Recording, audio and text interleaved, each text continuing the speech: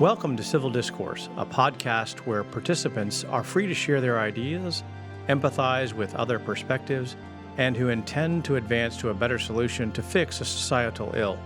We will focus on topics that are particularly complicated.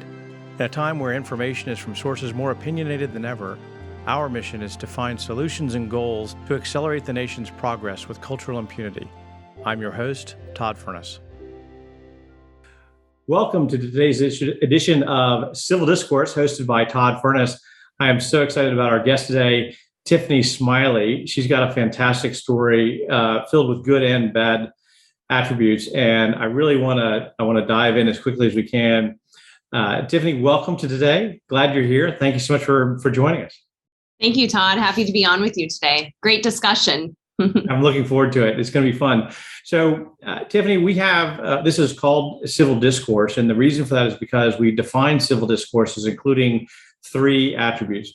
Thing number one, you can speak your mind with impunity. The idea is that we want to hear thoughts and ideas, and we want to do thing two, which is have a sincere intent to get to a better place with regard to solutions. And then thing number three is we want to genuinely empathize with the other person's perspective as a function of that development of a better solution.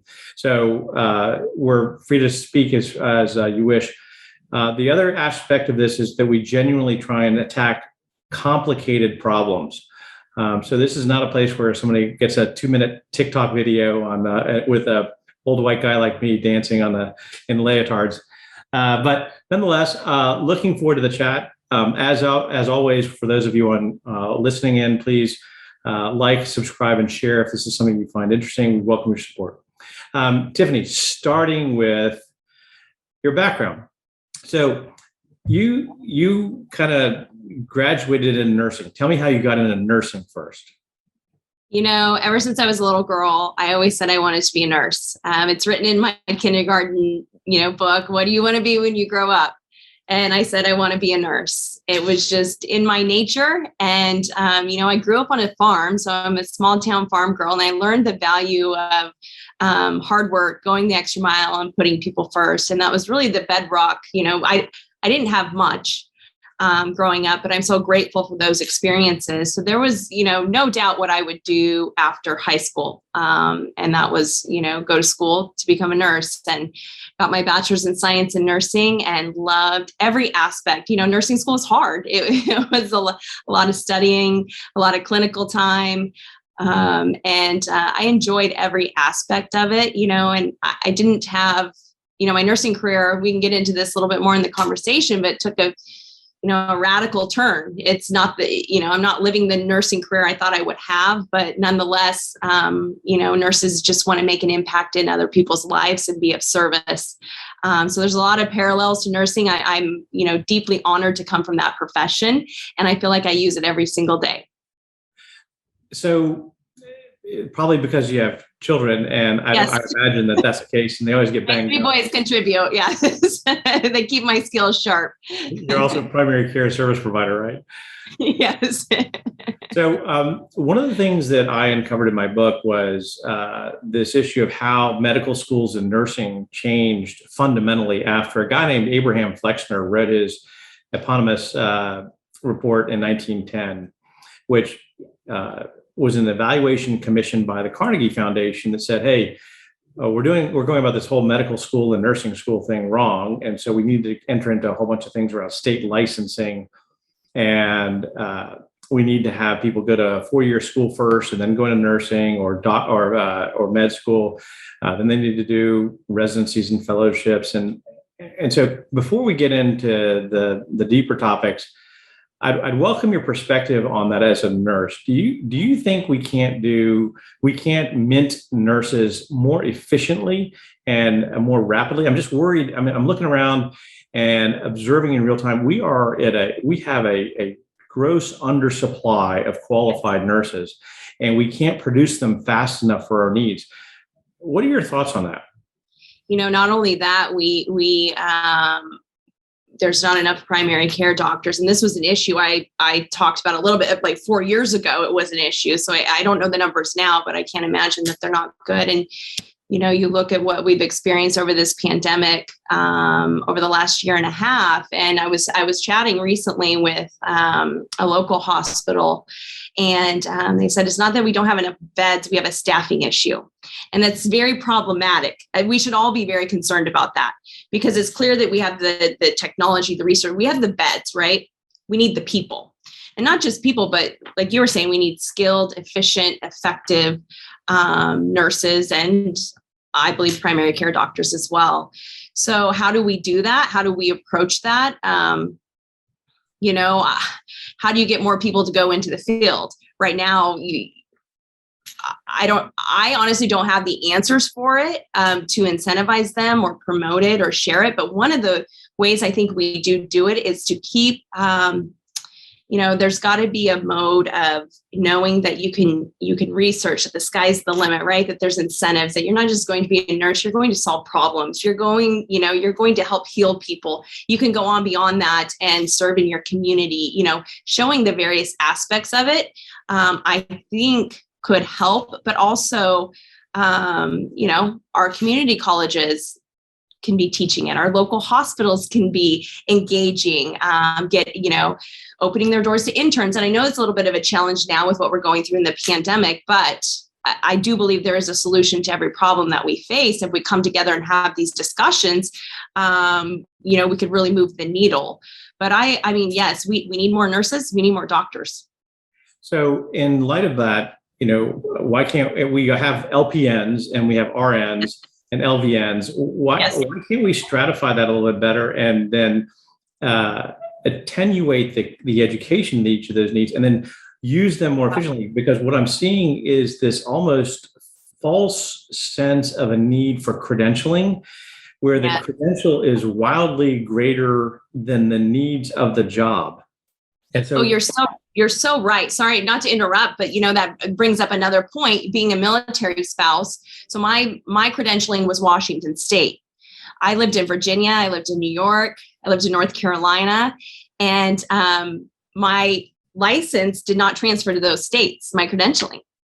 And usually by the time I'd gone through the state process or attempted to go through the state process, we were moving again. Time to move. So that's a fight that I'm very passionate about, because especially for military spouses, you're exactly right. So all of a sudden the credentialing is more important than my actual skills and ability to serve in whatever community I'm living in.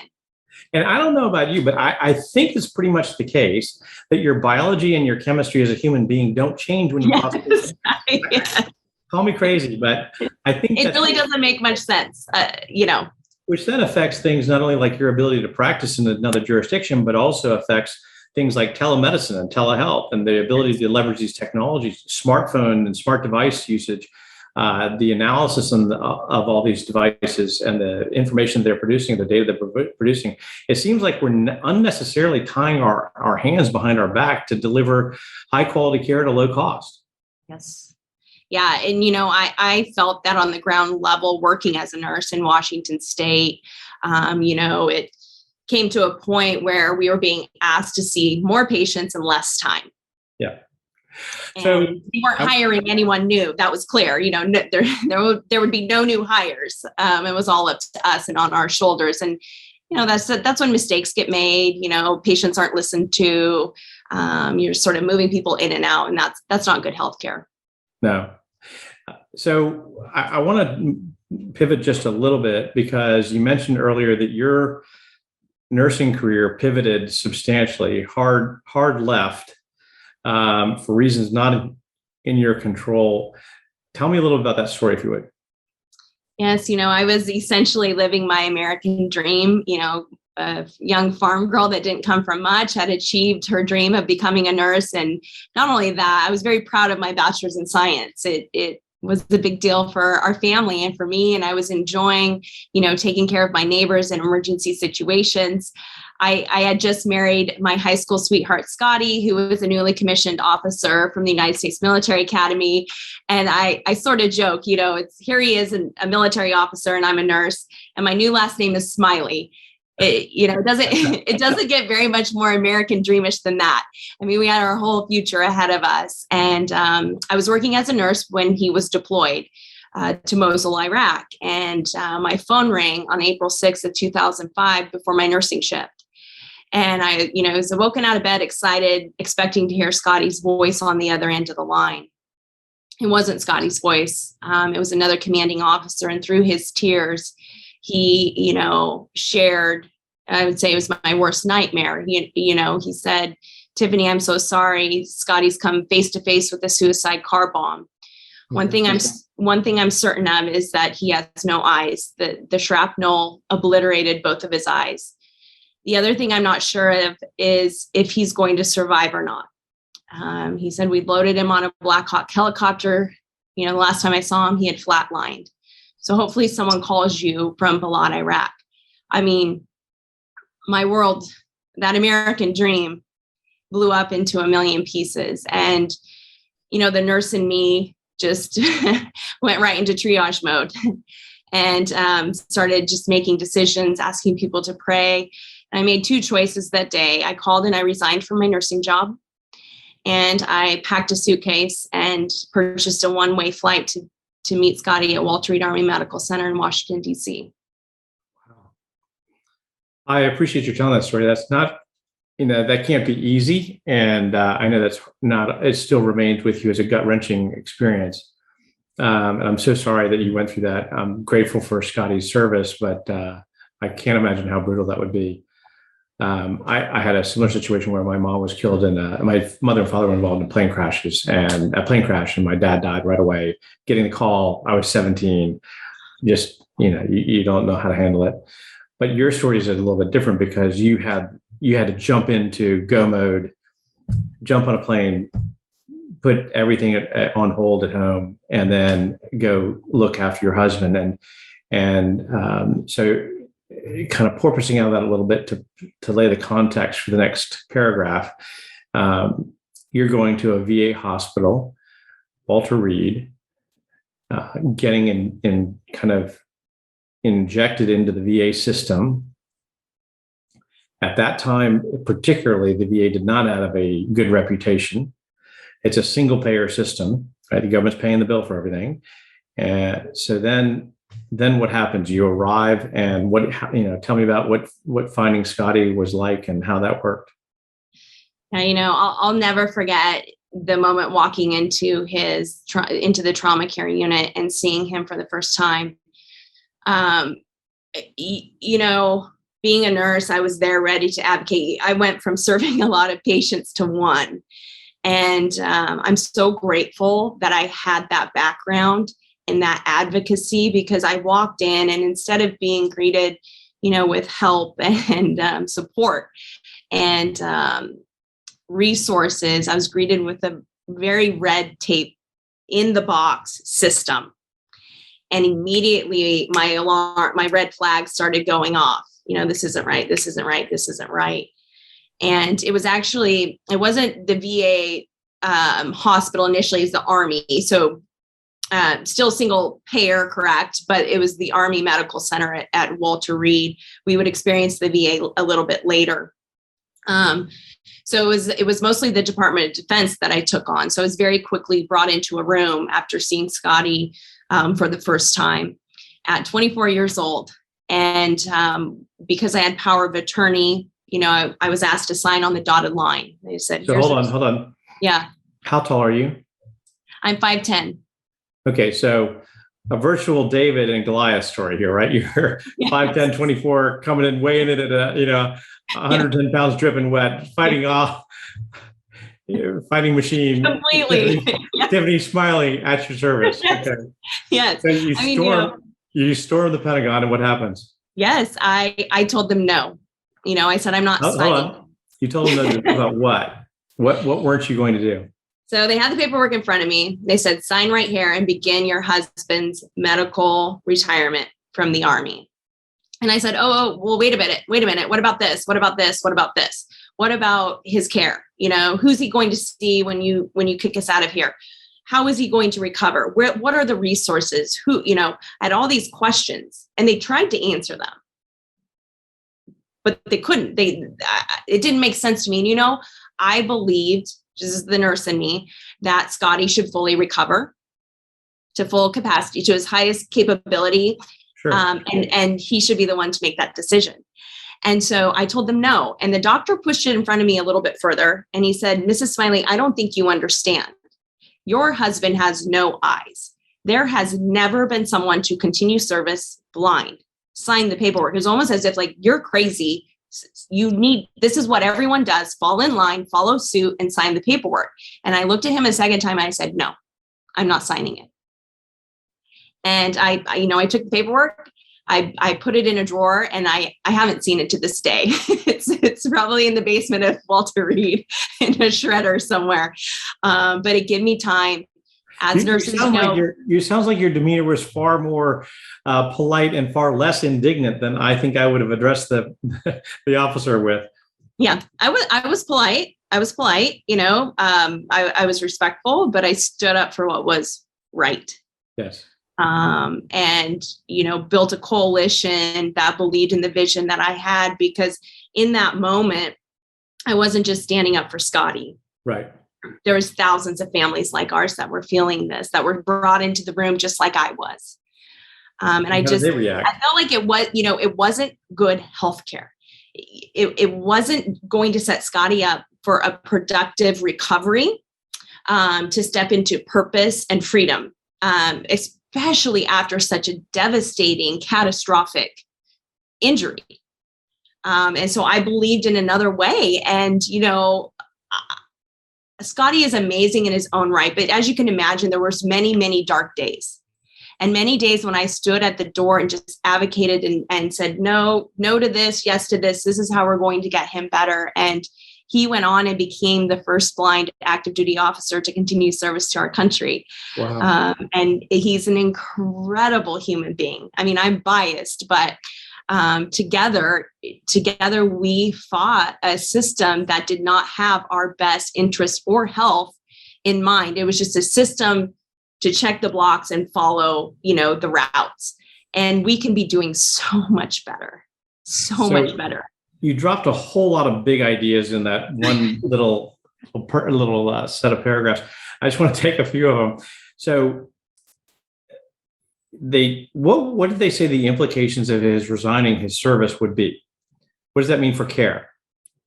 It's over? Well, that's what I was unsure of. What that meant for care is that he would bump into the VA system. Okay. That's what that meant for care. He would automatically be channeled into the VA. But his injuries were very complex and very unique.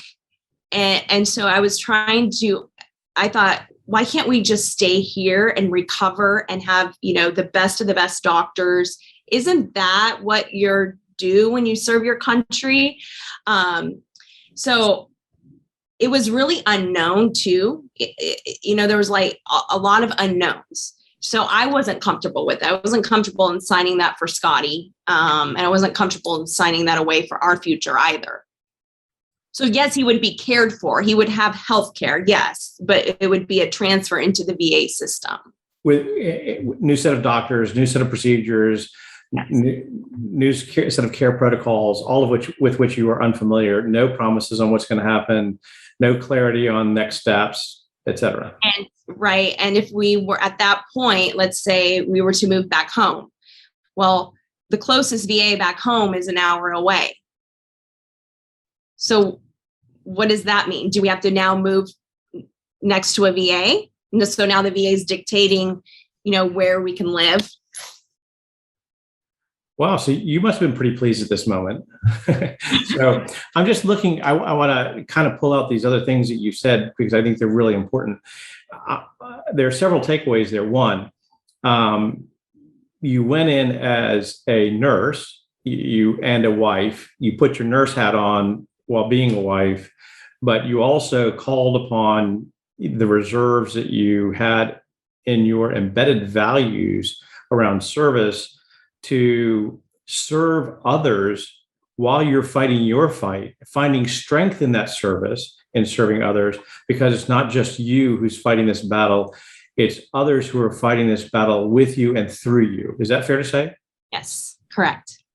And then you grabbed hold of another idea, which I think is incredibly well articulated, I've never heard before, but the response of how will he serve with freedom and purpose? How will he serve with freedom and purpose? Wow, that's deeply moving. I haven't shared this with you, but my family was all Navy, so that either makes me a white sheep or a black sheep in your eyes. I don't know. Go Army, be Navy, right? That's what they say. But so this idea of service is deeply rooted in those who join. I didn't, but most males in my family went to the academy, and the Naval Academy, and we have a long tradition there that I'm grateful to just watch and honor.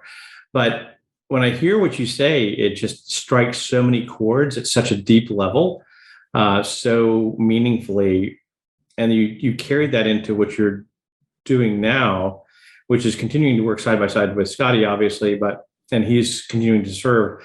The fact that he is willing to do that, it's just and kind of not necessarily forget, but certainly forgive and move on, is a testament to your faith. I don't know your faith, but likely your faith and your commitment to service to others. So, how did you come out of that? I mean, and where are you now? So that was 16 years ago, and so now tell me how you're building upon that or continuing to work with it. What the heck are you doing now?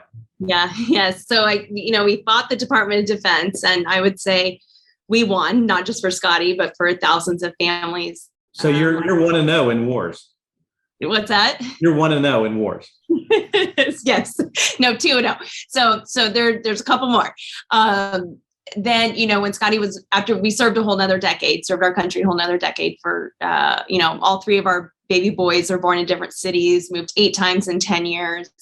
And then we took on the VA because then he was ready to get out and transfer out. And when we came up to the VA, again, another medical system where he's given a stack of paperwork, high stack of paperwork, told to go through it. He's blind. So he has to scan every single page as he's going through. And when he called to get assistance, they said, well, don't you have a wife who can help you? So I said, okay, I'll call. I'm happy to call. So I get on the phone and they say, Mrs. Smiley, you have to hire a lawyer to navigate the VA benefits system. And I said, excuse me? And Scotty was kind of at a point where he was tired. He was exhausted. He said, I don't want to deal with this. I'm done. And I said, no, because if we're feeling this, then there's other families like ours that are feeling the same battle. And so, we took our message all the way from Washington State to Washington, D.C., to the Oval Office, to the president. And we were big proponents of choice and making sure that our veterans have access and care, to a choice doctor, right? Maybe specifically to their injury, specialty that they might need, or someone just right down the road. Because what we came up against is the VA every year that Scotty needed his prosthetic eyes polished, they would ask us to come to the VA over an hour away to look at the eye chart, to get the referral. This is real. To have the eye exam, for the referral, to go, either get a new set of prosthetic eyes or have them polished. I mean, this is what this is, so when you start looking at healthcare in our country, I'm like, take it from a family like ours. You do not want a single payer system. Take it from a family like ours. You don't want the government involved in some of the most, deeply personal decisions we'll ever make. I mean, it's not effective. It's almost silly. I mean, that one of the things if we could have recorded some of the conversations that we've had to have, I mean, it's just, it makes no sense. And one of the things I say often is that rules are the enemy of judgment. And because you can't exercise judgment and say, hey, this doesn't make any walking around sense. A phrase we use a lot in Texas, that doesn't make any walking around sense. But additionally, people can rest safely in the rule. In other words, hey, I follow the rules. What do you want me to do? So you can't fire that person for following the rule, right? And so you really just, I can imagine you have a lot more hair than I do, but I wouldn't have any hair left at all if I was going through that process. It's like, really, do you have zero common sense here? So you get through that point where you're fighting for everybody else. You're trying to move towards a life of service with freedom and purpose. I'm going to continue iterating it because I think it's so powerful. And then what? So, Scotty and I have been blessed to be able to speak on many national stages and share our story to impact others' lives. And, it came a point where we're raising our 3 boys. We built, have a beautiful home, raising our 3 boys, and really felt that satisfaction of creating a life that we truly love. It was hard. It was difficult, all the peaks and valleys, but it was also the beautiful tapestry of our life resume, essentially our journey line. And, as I look at my 3 boys, I realize that their future demands us taking the torch and standing up. And so, together, I say our family is absolutely running. Our family is in this together. But 3 months ago, I announced my candidacy for United States Senate to fight for Washington families. And not just that, but to fight for families all over this nation. That what we've experienced also in the last year and a half demands that leaders stand up. Career politicians are not our future. And I'm fighting every day for our children, our grandchildren's future. So how the heck did you make that decision? Nurse, mom, wife, all of a sudden, I think I'll go into the Senate. Well, that sounds like a good idea. Well, I think, when I think of that question, I go back to April 6th of 2005 when the phone rang. And, life, and I think you can relate to this as well, Todd, with your story. I mean, never in a million years would I think my life would go into politics. And certainly at that point, I didn't think that either. But, there's certain things in my journey that I do remember. And one of them was, I remember crumbling on the floor at Walter Reed, and that heart to help others. The burden was so demanding that I remember just saying, Tiffany, you can help Scotty now, but someday you'll come back and help everyone else. Like someday you'll make it right. And I feel that, through that journey and then taking on the VA and going to DC, I would go to Capitol Hill and knock on doors. I would take meetings with anyone that would take a meeting with me and share the vision, share what's right. And I started to see, some of the meetings I would go into, I'd have my points all laid out. And the representative would look at their staff and oftentimes they'd say, oh, we haven't looked at that in multiple decades. Oh, we haven't. And you just start to question and, ask a lot of questions and question everything. And I started to realize, wow, Tiffany, we have to use our voices. This country demands that we use our voices. And in some small way, I think, our faith journey and the path that God has led us down, he showed us that use your voice for others. I was able to be a voice for Scotty when he didn't have one. And I think for whatever reason, my drive just to stand up for what's right has allowed me and led me into places to be a voice for others. And it's a hard decision, believe me.